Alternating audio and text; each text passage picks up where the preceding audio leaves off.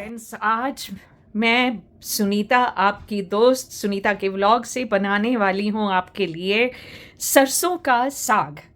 तो सरसों के साग के लिए हमने ये ढेर सारा इतना फ्रेश सरसों का साग लिया है जो मुझे यहाँ बड़े अच्छे से मिल गया।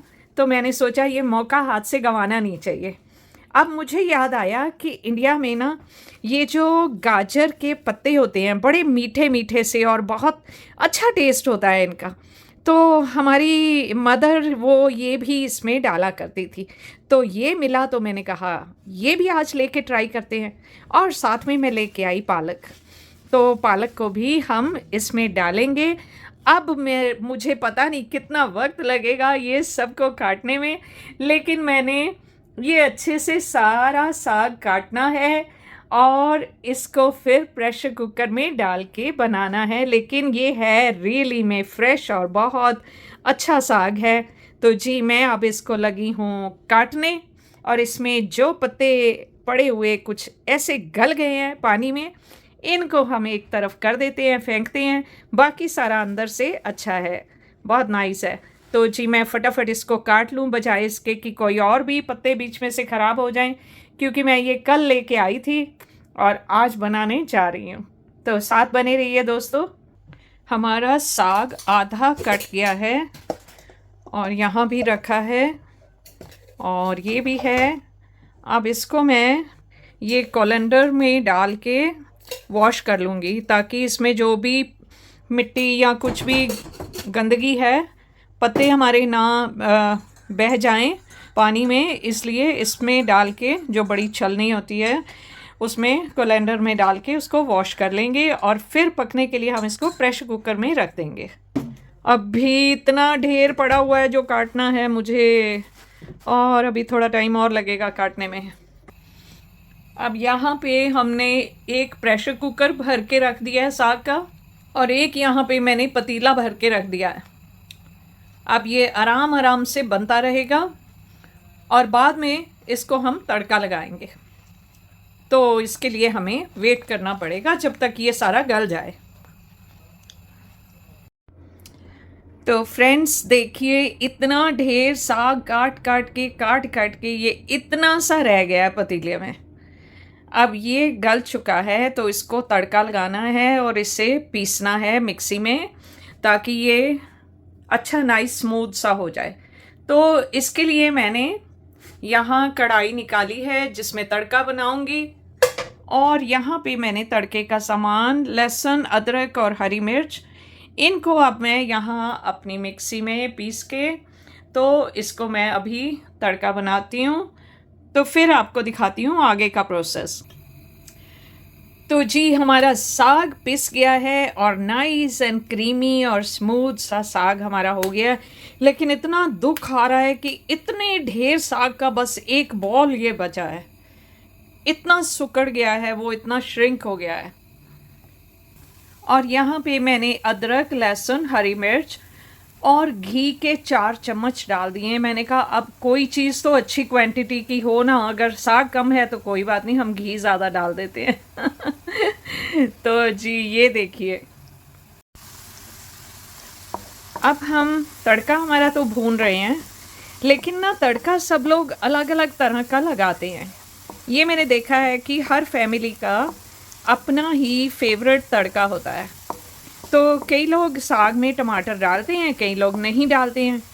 मैंने अपने बचपन से घर में जो देखा उसमें हम लोग टमाटर डालते हैं, तो इसलिए मैंने टमाटर रख लिए हैं पास में। और बाकी इसमें पता नहीं कई लोग हींग भी डालते हैं।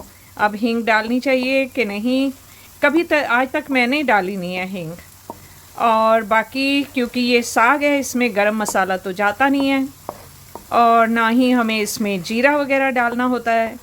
तो जी बस ये अदरक, लहसुन, हरी मिर्च और टमाटर, इनका अच्छा सा हम तड़का बना के ये थोड़े से जैसे भुन जाएं, पिंकिश कलर हो जाए इनका, तो फिर इसमें टमाटर डाल देंगे। और मिर्च अगर कम हुई तो थोड़ी सी मिर्च और डाल देंगे। अच्छा एक बात बताएं, आप लोगों में से कितने फ्रेंड्स हैं जो जब ये साग को तड़का लगाते हैं ना, तो उस वक्त साग में थोड़ा सा जो कॉर्नफ्लावर होता है, कॉर्नफ्लावर वो नहीं जो पकोड़े वगैरह बनाते समय या आलू की टिक्की बनाते समय करते हैं, वो नहीं। कॉर्न मतलब जो मकई होती है, मकई का जो आटा होता है, मक्की का आटा जिसकी रोटी बनती है, क्या वो साग में थोड़ा सा आप लोग डालते हैं? क्योंकि साग में अक्सर पानी काफ़ी रह जाता है, आप उसको जितना भी सुखाएं उसमें पानी रह ही जाता है। तो कई घर के लोग, बड़े बुज़ुर्ग बताते थे कि उसमें एक मुट्ठी भर आटा डाल दो तो उससे वो ठीक हो जाता है और बहुत अच्छा गाढ़ा गाढ़ा साग हो जाता है। तो एक आध बार मैंने ट्राई किया था, ठीक बना था उससे, ज़्यादा पानी अलग नहीं होता है उससे साग में। तो आज मैं देखती हूँ अगर ज़रूरत पड़ेगी। आप देखें हमारे ये अदरक लहसुन भुनने शुरू हो गए हैं। नमक मैंने पहले ही डाल दिया था और हरी मिर्च तो काफ़ी सारी है। अब थोड़ी सी मैं इसमें लाल मिर्च डाल के फिर टमाटर डाल देती हूँ। तो ये मैंने लाल मिर्च और लाल लाल टमाटर इसमें डाल दिए हैं और इसको थोड़ा सा हम भून लेते हैं। टमाटर गल जाएं तो उसके बाद साग को इसमें डाल देंगे। और साग में बहुत ज़्यादा पानी नहीं रह गया है, बहुत कम है। तो अगर ज़रूरत पड़ेगी तो मैं मक्की का आटा इसमें डालूँगी। अब इनको सारा तोड़ लें, टमाटर्स को ऐसे ऐसे कड़छी से। और वैसे तो गले होते हैं ये टमाटर। अच्छा, कल भी मुझे एक फ्रेंड कह रही थी कि आप टिन वाला और फ्रोज़न फूड ज़्यादा इस्तेमाल करते हैं, तो उनको भी मैंने दोबारा से बताया जो मैं एक बार अपनी वीडियो में पहले बता चुकी हूँ। उनका कहना था कि इन चीज़ों से बीमारियां लगती हैं, फ्रेश फूड नहीं होता है। और यही मेरी बहुत प्यारी सी दोस्त शाकू ने भी एक बार मुझे कहा था कि दीदी आप ये चीज़ें खाते हो, इसकी वजह से बीमार होते हो। तो जी देखिए, जितना ये वेस्टर्न कंट्रीज़ हैं, यहाँ के लोग हम लोगों से, इंडियन लोगों से, हम तो बहुत बाद में यहाँ आए हैं ना, इंडिया के और पाकिस्तान के और बाकी कंट्रियों के, लेकिन ये लोग हज़ारों सालों से इनके यहाँ फ्रोज़न फूड और इनके यहाँ टिन फूड चलते हैं। क्योंकि इन कंट्रीज़ में बहुत स्नो और ठंडा वेदर है, तो उसमें तो कोई चीज़ उगती नहीं है। तो हमेशा इनकी चीज़ें जो होती हैं या तो टिन में होती हैं और या इनकी फ्रोज़न होती हैं। साथ साथ में साग भी डाल दिया। तो देखें, हम अगर अपनी एज का कंपैरिजन करें कि वेस्टर्न कंट्री के लोग कितना जीते हैं और हमारे लोग कितना जीते हैं, तो पाकिस्तान में उम्र बहुत कम है। वहाँ लोग बहुत जल्दी बूढ़े होते हैं। तकरीबन फ्रेंड्स लोगों से सुनने में आया है, एक तो जैसे बच्चे थोड़े से बड़े हुए, थोड़ा किसी को पढ़ा लिखा दिया, जैसे ही टीन एज में होते हैं 20-21 के पहले काफ़ी बच्चों की शादियां कर दी जाती हैं। तकरीबन 17 साल, 18 साल, 19 साल ऐसे उम्र में शादियां कर दी जाती हैं। तो उसके 1-2 साल उनके बच्चे होने शुरू हो जाते हैं। उसके बाद जब उनके बच्चे जवान होते हैं तो इन लोगों की उम्र 50 तक पहुंचती है। तो सोचते हैं हम दादा नाना बन गए, हम तो अब बूढ़े हो चुके हैं। तो अगर कोई 60 साल का फौत हो जाता है, डेथ हो जाती है, तो उसको सोचते हैं कि हाँ बस अब यही एज है, इसी एज में मरना है। जबकि इंडिया में अगर हम देखते हैं तो इंडिया में काफ़ी, हमारे घरों में, मैं जो अपना बता रही हूँ, मुझे बाहर का अगर ना भी पता हो, और पाकिस्तान की जो बात है ये मैंने जो अपने वाईटी पे आने के बाद अपने दोस्तों से सुनी है वो ही बताई है आप लोगों को। और जो हमारे इंडिया के हैं, वो जो हमारी फैमिली के और हमारे फ्रेंड्स वगैरह में जो है ना, मैं उन्हीं की बात सिर्फ आपको बता रही हूँ, पूरे इंडिया की नहीं बता रही। लेकिन वो जो हैं उनकी उम्र 80 से ऊपर ही सब गए हैं। जो भी गया है, मेरे पापा के जो बड़े ब्रदर थे वो तो 95 से भी ऊपर थे। तो 2-4 साल पहले ही उनकी डेथ हुई है। तो देखें, अगर इतनी उम्र है, मेरे फादर के एक चाचा थे, उनकी उम्र 121 साल थी। तो आप सोचें कि क्या वो हमेशा यही चीज़ें खाते थे? नहीं, वो भी यहाँ थे कनाडा में थे, यूके में थे, और मतलब इतना उन लोगों ने भी यही फूड खाया है। ये हमारे बॉडी के जो जीन्स होते हैं जिनसे हमारी बॉडी बनती है और काम करती है, उस पे डिपेंड करता है आपको कौन सी बीमारियां लगती हैं।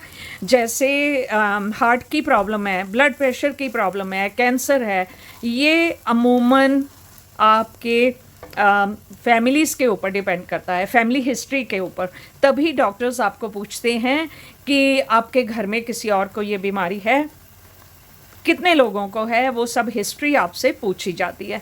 तो ये वहम करना बिल्कुल छोड़ दीजिए कि ये खाते हैं इस वजह से ऐसा होता है। अगर ऐसा होता तो वेस्टर्न कंट्री के लोग तो बहुत ही छोटी उम्र में मर गए होते, जबकि वो लोग हम लोगों से बहुत ज़्यादा जीते हैं। एज डिपेंड करती है कुछ आपके बॉडी के जीन्स पे, दूसरा आप कितनी एक्सरसाइज करते हैं, कितना अपने आप को फिट रखते हैं, उन चीज़ों पे डिपेंड करती है। तो जी, हमारा बातें करते करते साग भी बन गया है और आपको कुछ अच्छी बातें भी समझा दी हैं। अब विश्वास करना ना करना ये आपके ऊपर है। अब हम इसको डिश आउट करते हैं। साग को हमने डिश आउट कर दिया है और इसके ऊपर हरी मिर्च ऐसे सजाई है जैसे कराची का वो जगह है ना, दो तलवार, ऐसे हमने दो तलवार वाला ये जगह बना दी है। तो आपको हमारा ये साग कैसा लगा? दो तलवारी साग, हरी मिर्चों की दो तलवार। तो आई होप आपको ये पसंद आएगा। और इसके साथ आप चाहे गेहूं की रोटी बनाएं या आप इसके साथ मक्की की रोटी बनाएं। मैं अभी रोटी नहीं बना रही हूँ क्योंकि मेरी कमर टूट गई है ये साग बनाते बनाते, और इतना कम साग बना है कि बहुत दुख हो रहा है मुझे कि इतना ढेर काट काट के और आखिर में इतना सा साग बना। तो नेक्स्ट टाइम अगर आपने बहुत लोगों के लिए बनाना हो तो ढेर सारा साग लाना पड़ेगा। बहुत शुक्रिया दोस्तों साथ बने रहने के लिए। आप बहुत इनकरेज करते हो मुझे कि मैं हिम्मत करूं और मैं काम करती रहूं, थकूं नहीं, आप लोगों से बात करती रहूं। तो ये सब जो मेरी हिम्मत है ये आप लोगों से ही आती है। तो बहुत बहुत शुक्रिया। और एक लाइक तो बनता है ना सबसे, बहुत से लोग भूल जाते हैं लाइक करना। तो दोस्तों भूलना नहीं, लाइक ज़्यादा से ज़्यादा, और शेयर करना चाहे कर सकते हैं बेशक। और अगर आपको और दोस्त चाहिए तो मुझे बताइए और मैं आपका नाम अपनी कम्युनिटी में लिख दूंगी ताकि आपको हमारे बाकी दोस्त ज्वाइन कर लें अगर उन्होंने किया नहीं है। और ये आपको साग बहुत कुछ याद दिलाएगा, अपने गांव की याद, अपने बुज़ुर्गों की याद, अपने घर वालों की याद जो अब शायद कोई साथ नहीं है। सबको याद करिए और इस साग को अच्छे अच्छे कमेंट्स दीजिए। और अगर आप पहली बार हमारे चैनल पे आए हैं तो दोस्त बनने में कोई हर्ज नहीं है, जितने दोस्त हों उतने कम हैं। बहुत शुक्रिया दोस्तों साथ बने रहने के लिए। Bye for now and take care.